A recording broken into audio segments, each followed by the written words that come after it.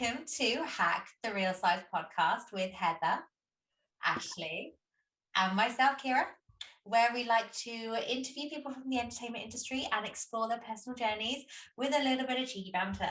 And we're really excited tonight. We have a wonderful gentleman tonight. He's a Toronto-based actor called Massey Ahmar, and he is known for The Boys, Umbrella Academy, and Handmaid's Tale. So you have been on some really big hitting shows. So it's going to be really exciting hearing from you tonight. So thank you very much for taking the time to come speak to us. Well, thank you so much for having me. I'm honored to be here. So thank you. You might not feel like that at the end of the hour. You might be like, oh my God, I should have said no. I mean, so far it's been good. So let's keep going with that. 5 seconds in. No expectations, but that's fine. Exactly. Yeah, exactly. So I will do the first bit, just asking some silly icebreaker questions, just so we get to know you a little bit better and maybe see a bit more of your personality. And then Ashley will take the middle bit, where we can talk about how you got into acting, where you grew up, your background and everything. And then Heather will ask a bit more work-specific questions at the end. Cool. Thank you. Are you ready? I am ready. Okay. So I always forget to ask, but you've got one prepared for us. Do you have a weird quirk? I do. And this actually came through the process of like being an actor, like, you know, running around to self-tapes and whatnot. I'm really good at driving and changing my clothes at the same time. Like, I don't, okay, first off, disclaimer, do not try this. But I was thinking about this and I'm like, what is the weird quirk? And I'm like, I got really good at, you know, like if my day was full of like a bunch of places I had to go in the same day and then run back to the office because I'm like, you know, I told my boss to be up for 30 minutes to go do this audition. I would literally drive to auditions and be like changing my clothes at the same time, show up, do it, and then be changing on the way back. So yeah, I just got really good at doing that. And then it kind of stuck with me. And then I started doing it like when I went to practices and when I started going here. Thankfully, I've kind of stopped doing it, but that would be my weird quirk. So. When, you know, you were pulled over enough times for indecent exposure. So. Yeah, exactly. Yeah, luckily I've tinted windows, so I mean that helps as well. So that's brilliant. Ridiculous, but brilliant. Yeah. So nice. I love that. That's really good. When was the last time you were nervous? Nervous? I guess it kind of happens like often. Being an actor, there's never a time where like I don't get nervous during performances. Like if it's as simple as like, actually I was nervous like 5 minutes ago getting ready for this. I was like, okay, be cool. Like, do I have all my stuff ready? And I think that just kind of comes from like having this desire to like be prepared for stuff. Yeah. And when you perform consistently, there's always that level of anxiety that comes with it. It's just how you deal with that anxiety at the same time. But that also is like universal, like whether you are a teacher, for example, or, you know, you work in business, there's always going to be something when it means something to you, you're going to have a heightened sense of those nerves that kick in. So, yeah. Do you feel that you've managed to learn to harness it for your performances now, or do you think it still affects you a bit? I have definitely gotten better at not letting it debilitate me in terms of like, and I think this is a common thread. I know I had this for a very long time where you might be prepared and you're ready to go and then they call action and you're like and then it all gets kind of like tight in your throat. But I think I'm in that process of getting to a point where I can use that for something that I'm about to do. So brilliant. Thank you. Yeah. Who was on your bedroom wall when you were growing up? That's a good question. I'm trying to think back who was on my wall. I had a really old Cindy Crawford poster for like a little while, and she's like timeless, beautiful. Like she is just like, timeless. I was a big fan of Angelina Jolie.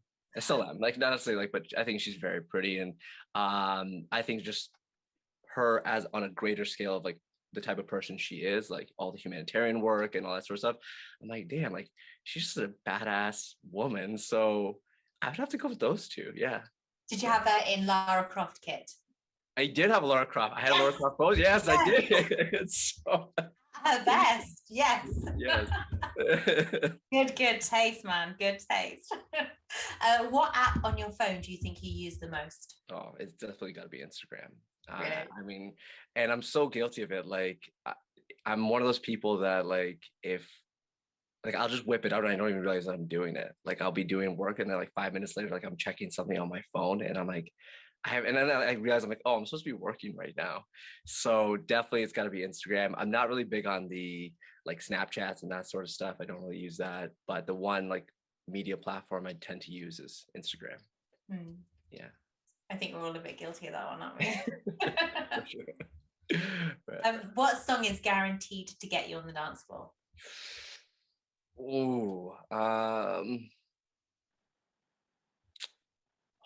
Oh, I'm trying to think. It's got to be PYT by Michael Jackson. I mean, I don't think like Old school. like I don't think anyone I've ever met does not like that song. Like, and if you play it at a wedding, everyone's getting up. Like, even the old people are getting up, like, oh, like let's go, like onto the dance floor. Yeah, I'm going with PYT. So I like it. I think we've asked this a few times. I feel that we need to do a hack playlist now. So like, oh my gosh, yes. Yes. What's yours, Heather? What would be your song that would get you on the dance floor? Oh my gosh, I really like the 80s, like Def Leppard. Yes. Oh. Pour Some Sugar on Me. I don't know why that popped in my head. Probably because one of the bars I used to go to would always play that, and it was like, yes. Yeah. Which I'm like, God, couldn't I have picked a better song? Can we edit this out? No, I like that. How about you, Ashley? It's also 80s. Well, there's a lot. I also think about this question all the time.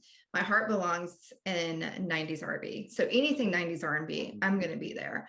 But it's George Michael's Faith. You guys know that song? Yeah. You know what I'm talking about? Kira's like, I have no clue what that song is. I don't know who George.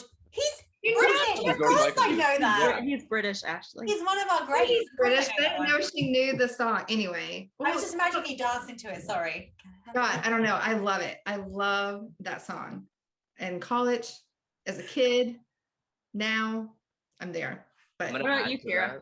You know what? I was just gonna say my image that was portrayed in Hollywood of American college life did not include George Michael's songs. Didn't, yeah. Did it include Cisco's Thong Song? Yes, that's what I think of when I thought of American colleges. Definitely, I wouldn't have thought. I still listen to the Cisco Thong Song. That's my warm-up song at the gym. Like that's a classic. It's that is a late 90s, early 2000s R&B. I think that's where my heart belongs, in that sort of era. So I think it would be Christina Aguilera, Dirty. I do. I mean, I'm too old to slut drop now, but back in the day when I had better knees, like I could slut drop with the best of them. Did you say slut drop? That's what I heard too. Is that what she said? Or? Yes, have you not heard of that? The phrase slut drop. When you're dancing and you drop your knees into like a squat, like butt to the floor really quickly, and then bring yourself back up again. You've never heard of a slut drop? I didn't know that's what it was called. Like I thought that was like a UK thing. It probably is. Apparently we're very slutty. I love the fact that I've taught you all something tonight, and now you can go onto YouTube and Google slut drop. I think I'll wait till the three of us get together, and then I'll be like, Keira, time to demonstrate in person. I told you when I was younger I could do it. Let's go. Yeah. I think that's what can't you label if you make an album on Spotify, like what slut drop needs to be the Slut album drop. name. Album. Yeah. Okay. Sell us songs like that. Title, just list them down in your album. We'll just have to do that. Yeah, like I said, Heather, back in the day I could do it, but now I just don't think my knees would get me back up again. We'll get you enough drinks and you'll be like, it's on. Yeah. Oh my God, so dangerous. Anyway, where did you and your best friend meet?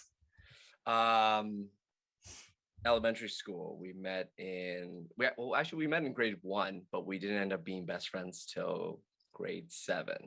It was one of those, like, he was in one classroom, I was in the other classroom, but grade 7's where we really hit it off, and we've been best friends ever since. I was his best man at his wedding, and he's kind of like that friend where we may not talk every day, but when we do, it picks up right where it left off. Yeah.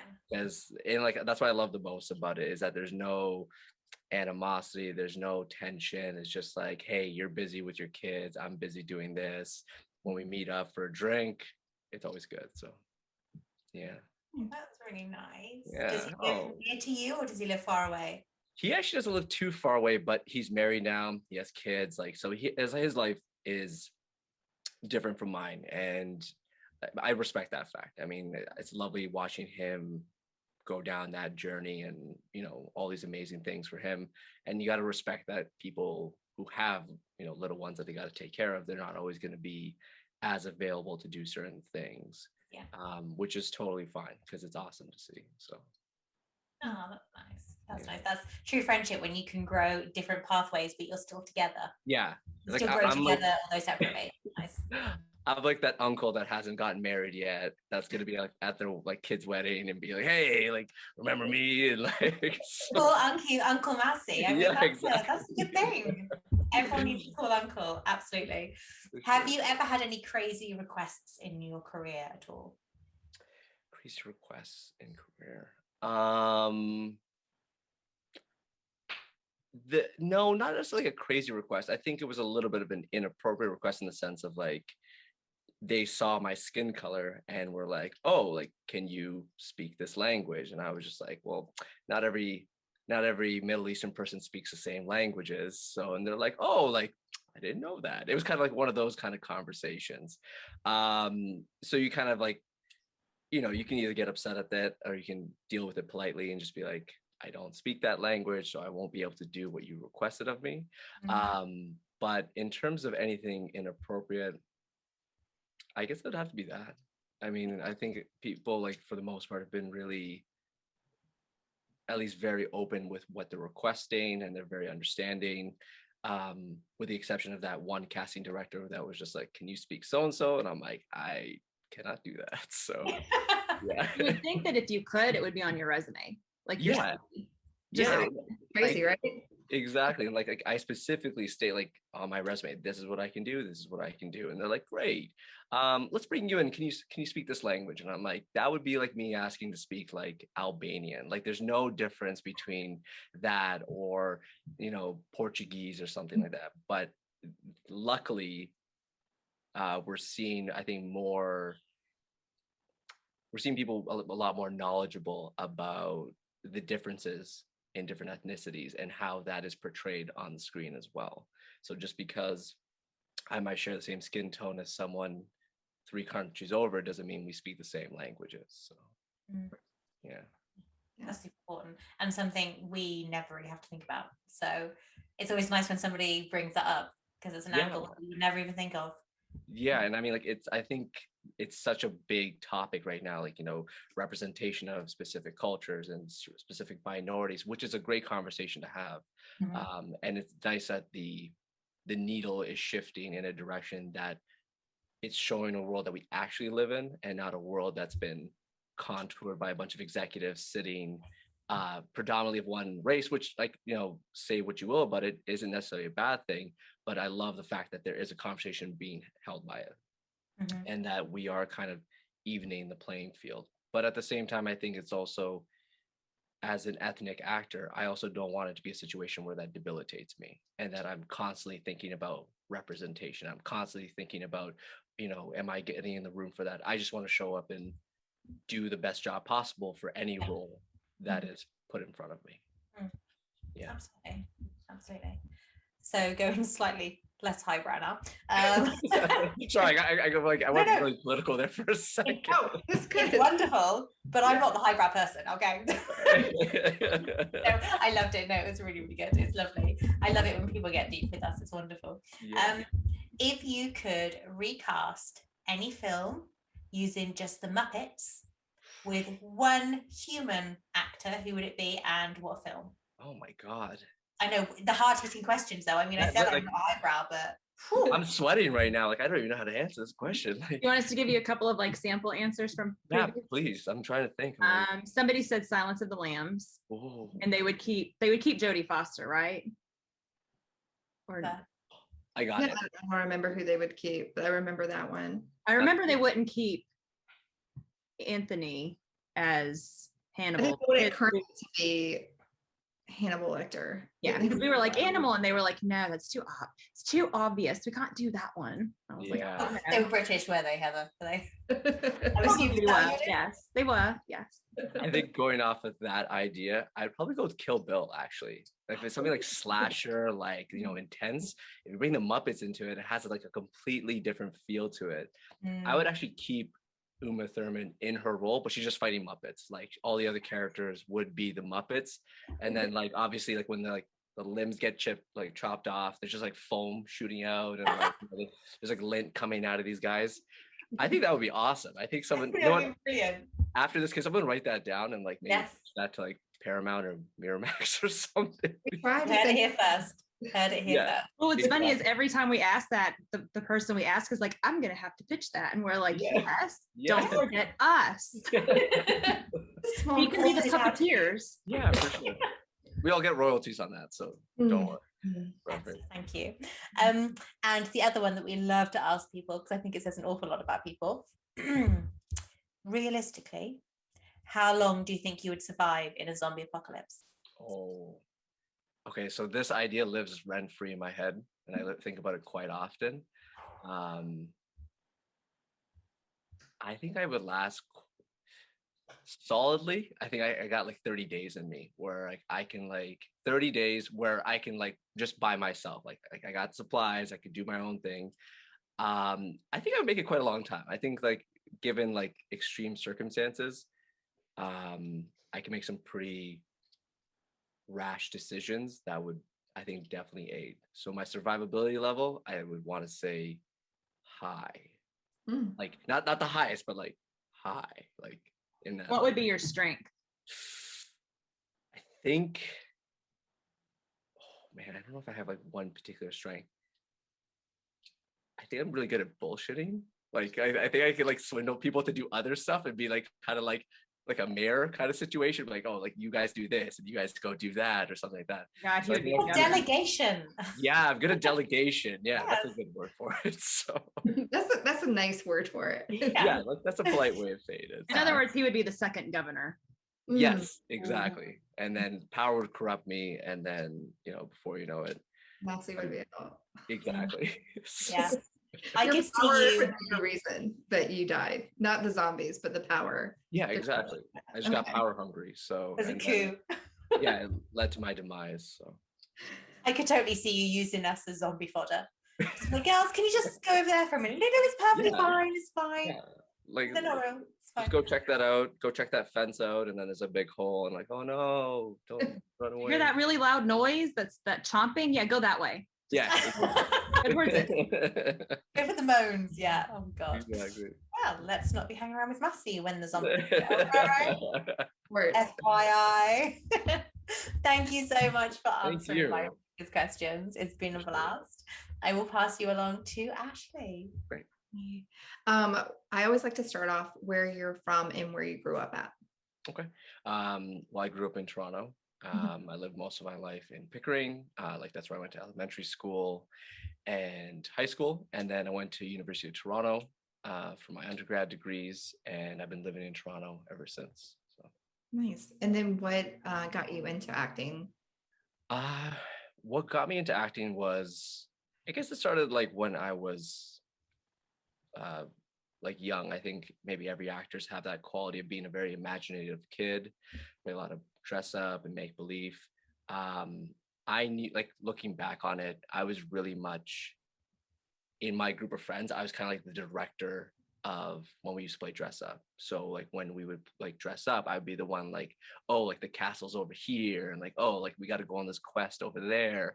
So I was just kind of like, and I don't know, maybe I was just a bossy kid, but I oftentimes felt like I fell into that I feel like role. there's Like I was Yeah, I was gonna say. a theme going on here, Massey. yeah, I Well, you was delegated. I swear I'm a really nice person, but I found that like, yeah, I always had this kind of like sense of like directing these worlds and having that kind of concept. But there's like a moment, like I guess you'd call it like the catalyst of when I wanted to start acting.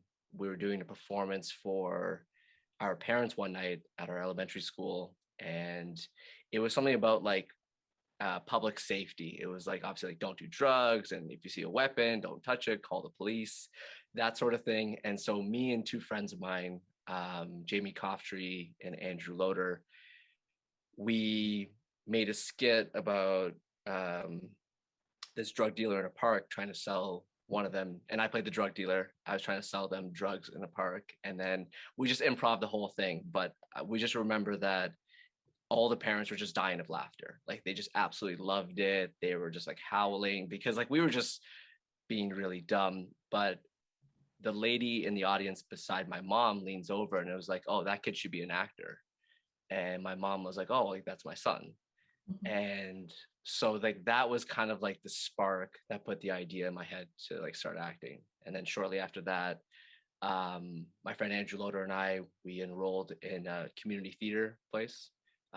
It's called Act One. It was called O'Leary's at the time. It's called Act One now. I hope it's still open, but we went there for a few years, and that kind of started our journey. Nice. Yeah. And you talked about going to university and getting your degree. Did you get it in acting, or kind of what kind of training have you done since that kind of spark happened? Yeah, like, so, like, I did a few years of that community theater. I was really involved in that. And then when it came time to go to university, my whole thought process, and also coming from immigrant parents who, when you talk about university, you're only thinking about engineering, business, or, like, you know, the desire to go to school to be an actor was not in the cards. So my whole thought was like, okay, you're going to go to university, you're going to go create a backup plan for yourself. Like, you're going to go get a backup degree, and then when you're out of university, go back to acting. That whole time in university, I completely forgot about acting. Like, I just let it go. I didn't even, the thought of just performing gave me, like, huge anxiety. I don't really know what it was, but I really buried that desire to go acting. And then I got a job. I was working in an office, and a dear friend of mine, she helped me get back into acting. And then from there, I've been training ever since, at Armstrong Acting Studios here in Toronto. But yeah, there was really, like, this big lull in the middle of training, and it was something that I think I had to find myself going back to. So Awesome. And then how you're saying, like, your family, you know, you were meant to go to school for a different degree than acting. How was that support system once you got out of school? And yeah. I love my parents, of course. I think a lot of people can maybe empathize with the fact that if you have a specific dream for yourself, your parents aren't always going to see it that way. And that's no fault of theirs. Like, my parents' story is absolutely insane, and the things that they had to go through and coming to this country, and, you know, their whole belief is that we brought you, or we came here to give you guys the best life possible. We want it to be stable. And they know that journeying into acting isn't the most stable thing. It is riddled with rejection and silence and setbacks, and it plays on your confidence. And so they supported me, but it was in a very realistic sense. It was like, okay, well, like, you know, go do acting, but, you know, just in case you need a backup plan, or, you know, don't take it too seriously because you might need to go do this instead. So a lot of that, like, support system really just started, like, I think it starts with you. Like, you have to be your own biggest supporter. You have to believe in it. And that you can never really turn that off. You can never say, like, oh, you know, I'm going to call it quits. Luckily, though, when I started acting, or started working full time, my friend Angelique Duncan, I kept talking about, like, oh, I want to get back into acting. I was like hemming and hawing about it. And then she was just like, well, fuck, like, just go do it. Like, just get yourself back into it. Like, if you think you can go do it, just get it. And I was like, yeah, maybe. And then she was very sweet. For that year's Christmas, she bought me my entrance into Armstrong. So, as a Christmas gift. So if she ends up listening to this, I owe you a lot for that. But she was really the one that was like, look, like, you need to get your ass in there if you want to go do it. And through that, training in that community, meeting with other actors, doing classes, and, like, struggling through that, and slowly gaining traction has led to other people obviously supporting me. Like my parents, my parents were one of those things that I had to validate it to them. Like, oh, look, like I'm actually doing stuff. And like, that's totally fine. Same thing with my brothers. Like, they obviously support me, but it was one of those things of validation. My friends, same thing. But it's always nice to hear people, like, especially in those moments where it's very quiet, for people to be like, hey, you got this, or like, hey, I believe that you're doing the right thing. So that's my support. Yeah. Okay. Yeah. And you briefly touched on it about rejection. We all know rejection in this industry. So I would like to ask, what, if you would like to share, what's been your like harshest rejection, maybe even audition, and then, the opposite, what has been the best either moment or audition for you? There's one moment, like, I think the most difficult thing about it isn't just one moment. I think it's just like that accumulative silence that comes with auditioning. Like I had, and especially when you're doing a good job, when you go out for self tapes, when you're auditioning in the room, when you're vibing with your casting director, when they keep bringing you back in for other projects because they like your work and they still don't book you. I think that's a very tough thing to deal with. Because it's not necessarily that you are like that you can locate something like, oh, I didn't get this because of this, or I was unprepared because of that. It's more about like, I am prepared, I am doing a good job, but I'm still not landing anything.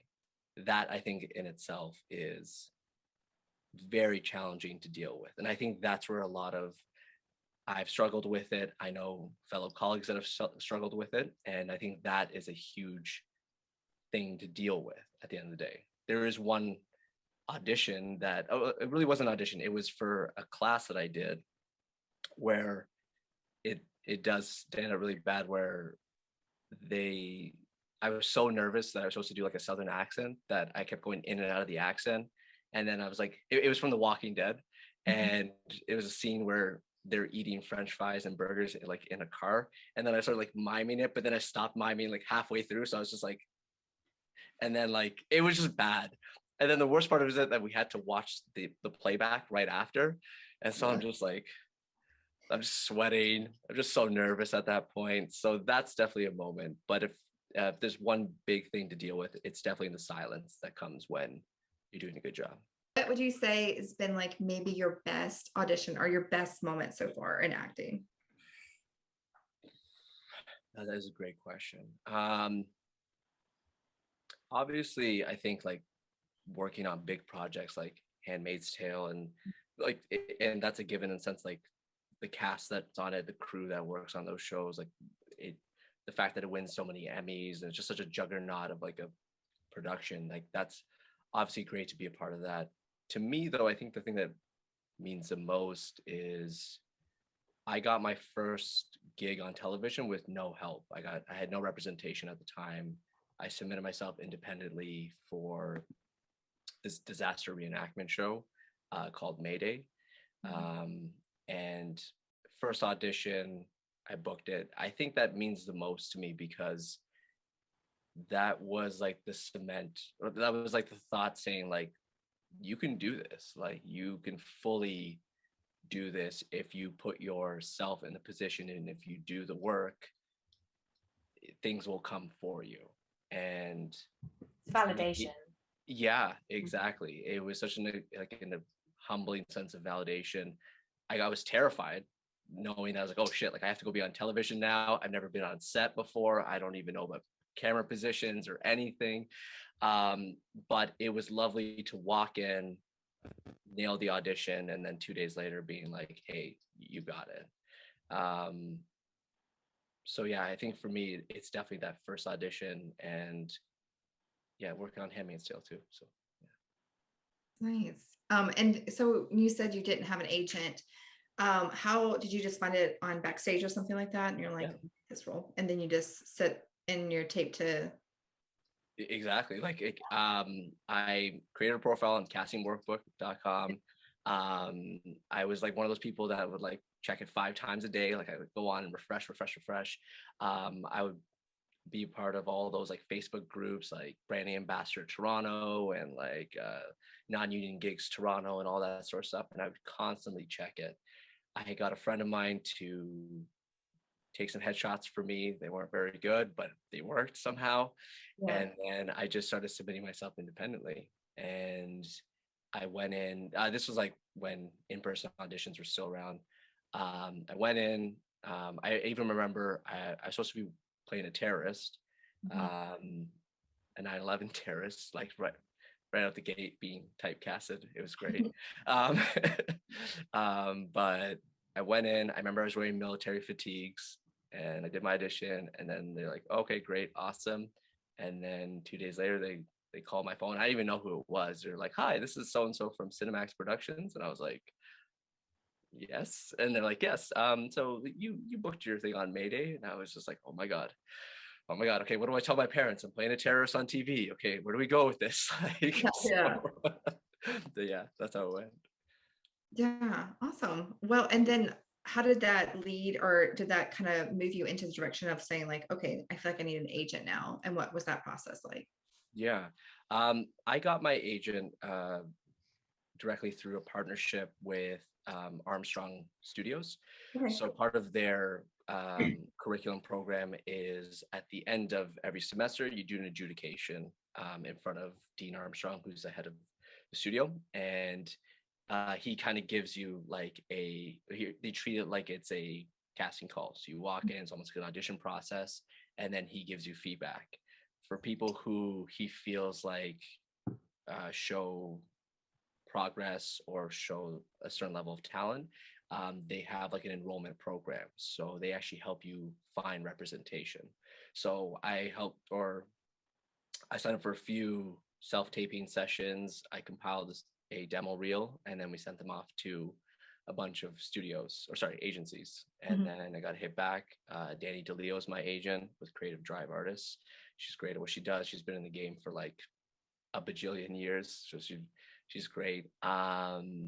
But that's kind of how I found it. And I've been with her ever since. Nice. Awesome.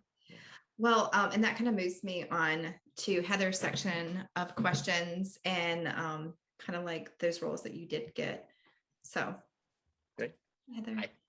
Hey, one thing I did want to ask you is, I mean, kind of going back on one of the things that you told Ashley was that you went to school and then you took a break from acting and then went back into it. So you were kind of hopping into it a little bit later in life than like most young people. So how did you, I guess, navigate that or have the mindset of thinking it's not too late, I missed my chance? Because, you know, I mean, film and movies, it's very ageist. Like, I mean, there's always like a cutoff of like, you know, I mean, young people. We want a 30-year-old to look 18. Yeah. Or, you know, we want a 19-year-old to play a 30-year-old, I guess is really the way it goes. Yeah, it's either, you're a 19-year-old playing a 30-year-old or you're a 30-year-old playing a high school character, which is like totally not believable. That idea of like ageism, I still deal with it every single day. Like I think I probably think about that once a week. Like, am I too old for doing this? Like, have I missed my chance or whatnot? And I really did have that idea going back into it. But I think for me, what was keeping me on track to see it through was like, well, do you want to be 50 and look back and be like, shit, I never tried doing it? Yeah. You know, do you want to be on your deathbed and be like, fuck, like, I think I had a chance there to go do something, but I didn't go do it. And so whenever I hear other actors saying the same thing or feeling the same thing, I'm just like, fuck it, just go for it. Just go and try it. And even if you fuck up and even if you don't know what you're doing, at least you're trying to do it. And it's going to be scary. Like, I was terrified those first few years, those first few classes. I didn't know what I was doing. And I would literally sit in the parking lot before class and being like, oh, shit, like, okay, like, I don't know, like maybe I can just call in sick, or like maybe I can just tell them, like, you know, I'm stuck in traffic or something like that. But I'm happy that I stuck it out. Do I still think that, yeah, maybe I have like missed some chances there? Like, looking back, should I have started sooner? Yeah, maybe I probably should have started sooner. But I think a part of me also needed to like get lost a bit and forget about it, because I did start acting when I was like 12, doing commercials and doing a whole bunch of like little things at that time, but I had no idea what I was doing. My parents didn't know either. They would just drive me to auditions and to like commercial sets, and then I would just kind of like, okay, like I guess I'm here. So there was no sense of like someone, taking my hand and showing me what to do. So I think that spending time away from the acting world is essential, because you need to develop a sense of like what the real world is. Oftentimes I find that as artists, we're so enamored by our own work, we're so precious with what we do, that oftentimes it can create a sense of fragility with what we're trying to create or what we're trying to show people. And that oftentimes when that isn't met with this level of validation that you want to see, then people feel like, oh, like, there must be something wrong. It's like, well, no, like you just, like the world keeps spinning without you. You need to be in tune with that, and then also be able to do this at the same time. Or you need to find a means of supporting yourself while you're going to be going to auditions and doing your self tapes and doing all your classes, and all that time where it's silent, you need something to fill that time up with. So I hope I'm not too old, but luckily there's a lot of stuff being written for different genres. So Can I ask how old you are? Like, I literally have no idea. I'm 32. 32. Yeah. Oh God. Yeah. I'm not old. You're so old. Yeah, whatever. Okay. Yeah. And I mean, like, that's the thing. Like, I also, I'm sure everyone's heard it. Like, there's people who started in their 30s, or like Harrison Ford started when he was 37 and was a carpenter, or yeah, actually, just like, yeah, me right here. We're all in our 30s, and we just started. Yeah. And so did you just call me 30s? Thank you. I say, like, when people think that way, I'm like fuck that line of thought, because that will debilitate you. If you keep thinking you're too fucking old, then yeah, you will be old at that point. But if you're willing to get your ass up and get in the room, and even if it's not for the ideal role of that 25-year-old hero badass, then great, you're going to play the dad of that person, but you're still going to be in the production. And so there needs to be a sense of like, use the strength and use the cards in your hand to get you to where you want to go. Yeah. And you had mentioned earlier that you used to have really bad nerves and anxiety, and just when you were talking about not wanting to get out of the car to go to your acting class, like, do you want to share like kind of how you manage your nerves, like the process that you rein them in? Yeah. Those classes, I would just be like, well, fuck, I paid for it, so I better get in there. So like, that was my first thought, was just like, look, you paid for it, you're here, you just drove 40 minutes, it's a winter night, you might as well go in there and do what you can. You also need to remind yourself, like, this is really what you want to do, for better or for worse, whether it's high or low, whether you get this part or not, this is what you signed up for. So you got to make a choice. You're either going to walk in there and do what you can do, or you can't. Nowadays, though, luckily, like, especially when it comes to performing, anytime like I'm nervous on set, or if I'm going to go do a scene, or for going back to ones, I always just kind of go back to my prep work and be like, okay, cool. Like, or if I ever lose my way in a scene, like, go back to your beginnings. Who am I in this scene? What am I doing? Who am I speaking with? What's the environment? Why does this scene exist in the greater scheme of the story? And as long as I can refresh those points, then I can find something in my performance that's organic and is new, and something that will allow me to connect with my scene partner. But nerves are like we said before, nerves I don't think ever go away. I think I've only ever seen one, maybe two actors that I've ever worked with be so non-nervous that it was intimidating seeing the lack of nervousness with them. They're just like, what? Yeah, okay, yeah, we're gonna see it. All right, cool. All right, and action, and then just like fall into it. And I'm just like, like I'm struggling to say one line, and meanwhile this person's just like stubbing out a cigarette and just like ready to go. I hope I can get to that level one day, but I think you just have to remind yourself of the things that you do know, what you've prepped, and go in with that. Yeah, and speaking of prepping, are there any specific things that you do to prep for an audition or for a day on set? Yeah. I've always been told don't do this, but the moment I get sides, I always check how many pages there are. I'm like, oh shit, like okay, there's 7 for this one, and there's 3 for over here, and I'm like, oh shit, this is a lot of work. What I so after I get over that, my whole thing is I do my preparatory work in little digestible chunks over the time that I have available.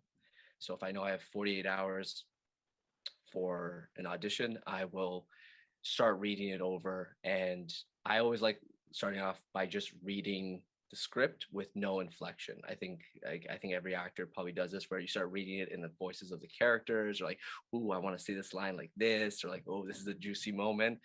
And I fight really hard to not do any of that. I try to go through it as many times as I can with just the words, so that I understand what the units are of the scene and what each character wants individually, or however many characters. And then from there, I begin to formulate, of course, like, you know, my W5, my who, what, when, where, whys. And then, but I also, and I know that there's different actors that have different approaches for it, but I like to carry light, meaning like I will do preparatory work, but I won't go crazy with like the note taking or like the background stories. And sometimes that does come in handy, like, oh, like this person feels like this because her father was shot by a cop, and that, she's going to have that resentment. Some of that is necessary, but a lot of it, I think you just need the essentials so that when you get into the audition room, you're charged with the presence of what you need to do. And then for days on set, just sleep, just get a good night's sleep, and make sure that you know your lines. I never want to be the actor that's carrying sides with them, like right before a take. Like, I want to walk on set, I want to be cool, collected, nothing in my hands, because that also, like, I'm in the realm of thought that my job is to serve this story and to serve these characters and to serve the person I'm across with. I never want to be the one to drop the ball in that situation. And if we do drop it for whatever sense, it's either because of something else that happened, or we just need to go back to ones for that. So yeah. And you've worked on some pretty big shows. Like, which one did you enjoy the most? Like, not necessarily because you said Handmaid's Tale was really important, but which one of those shows did you just have the most fun with and enjoy the most? Oh, they've all been like great experiences to work on. I guess I know we said it, but I'm gonna have to go with Handmaid's Tale. Like, I think it was just because, like, Umbrella Academy was great. The cast and crew were amazing at what they do. Same thing with The Boys, but I think just because I had the most amount of immersion time on the set of Handmaid's Tale, I got more of an opportunity to speak with the crew, to speak with the people behind the camera and what they do, and like just like the lives that they live. And I really just got the sense of like everyone loved going to work every single day. Like, everyone was happy on that set. Everyone was having a good time. There was never any conflict there. Everything was such a smooth transition. And then working with people of that caliber, Elizabeth Moss and the rest of the cast, like, you're just like, I was just so in awe of how she commands herself. Like, the fact that she is the leading character on the show. She's part of the writing team. She's an executive producer. She's part of the directing team. She's the first one on set. She's oftentimes the last one off the set, and like super prepared, and like, literally like looks at her sides for 1 second, calls action, and just does this knockout performance. Coming away from that experience, I'm like, I want to be like her. Like, she is just such a badass woman. And I'm like, I was so like in awe of her. I was just like, do you run classes? Like, could I keep in touch with you? Like what could I do? But yeah, it was just a fantastic experience. And seeing someone of that level wear so many hats in a day and be able to perform gives you a greater sense of like motivation to work harder. Like, oh shit, like, I want to get to that level. I better start putting in some more work. So you've played different kinds of characters. What is your like ideal role, or what would be like your dream role? Oh my God, I wanted to ask the same thing. I was thinking that too. Oh my God. I would love to play, like, there's a few options I would love to do, but one that like really comes to my head right now is I would love to be like the lead in like a cheesy rom-com. like one of those like Jennifer Lopez, Matthew McConaughey, Made in Manhattan kind of things, where like you know what you're getting yourself in for. I would love something like that. Also, something like something actiony like 007 or John Wick, something that requires that those months of choreography and to make something look really cool and dynamic on set, because you know, being a day player and like having only a couple days on set, you don't always have the luxury of doing that. But I would love to do something like that. Also, if there's like a Marvel universe character, I'm just Like gonna if put that anyone out there. happens to be If any- watching this, exactly. Manifestation. Yeah, like Yeah. MCU, if you're listening right now. They are. and Totally. like if Totally you need to have like Okay, sorry. I don't even know what the question was anymore. I know. So are you working on anything right now that you can tell us about? Yeah, well, I just wrapped up shooting. Actually, speaking of rom-coms, we just filmed a Hallmark film. I think it's called Kiss the. I think I can say it now. It's called Kiss the Cook. It should be on the Hallmark Network and W Network. Hopefully this fall, where I'm playing a supporting lead this time, which is always lovely to see.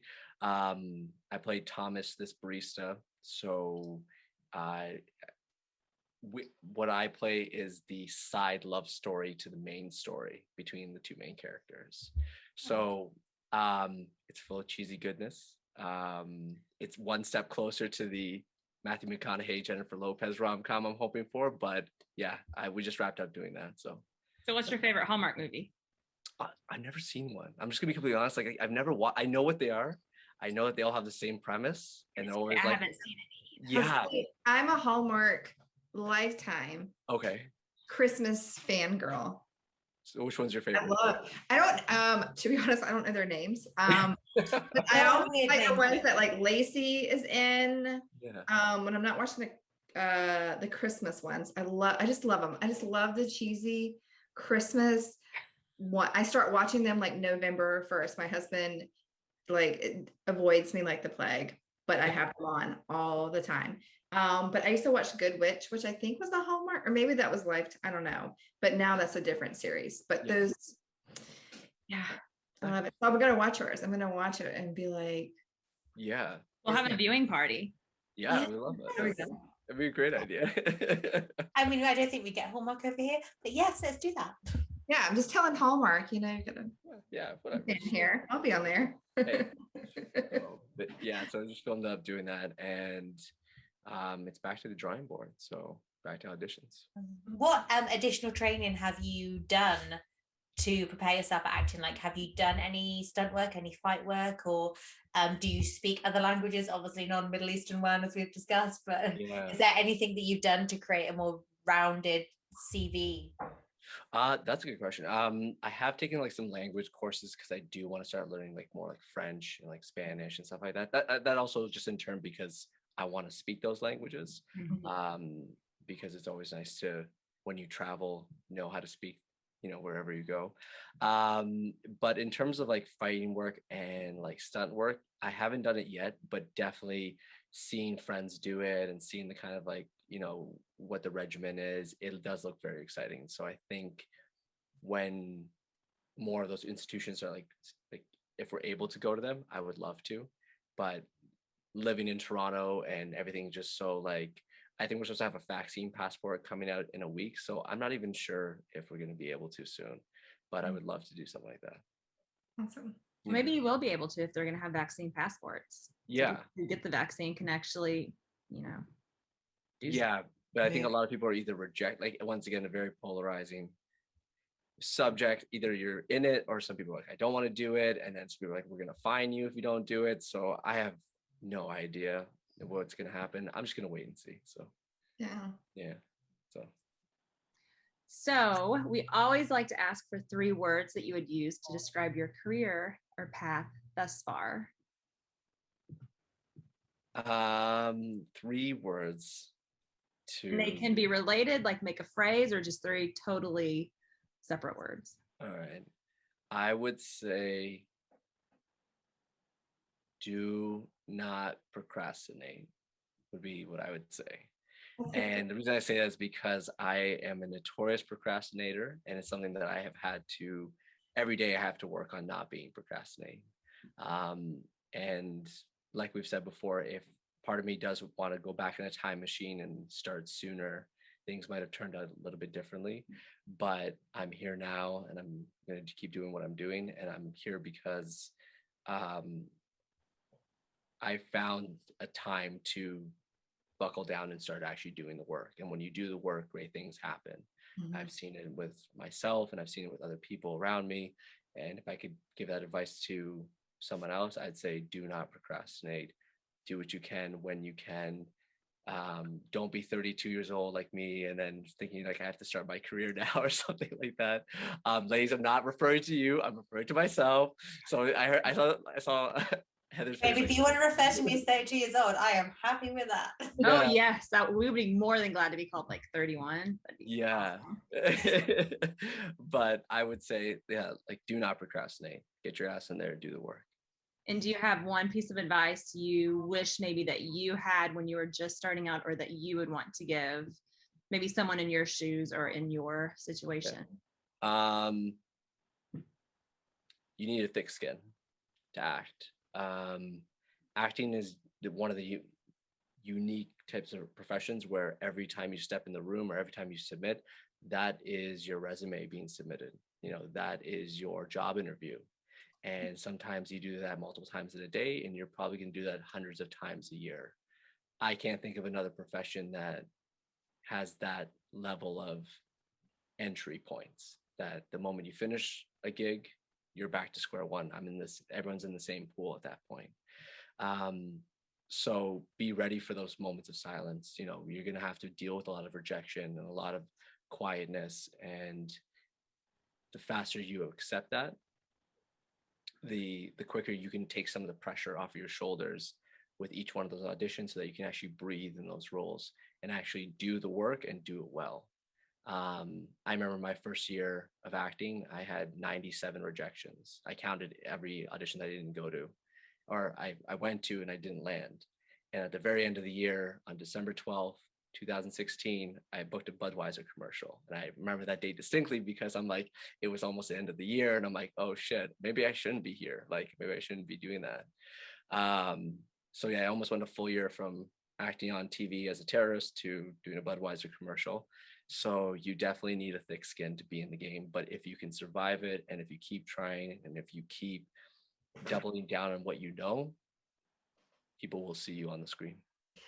Well, thank you so much, Massey, for coming on. We really appreciate it. All your insight, and then dealing with us being slightly ridiculous today. So again, we just really appreciate your time. Thank you. No, I really appreciate it. Like, thank you for reaching out to me. I had a lot of fun doing this. I hope I didn't bore you with all my details or whatnot, but I was very honored to do it, and I would love to be back sometime. So thank you. Awesome.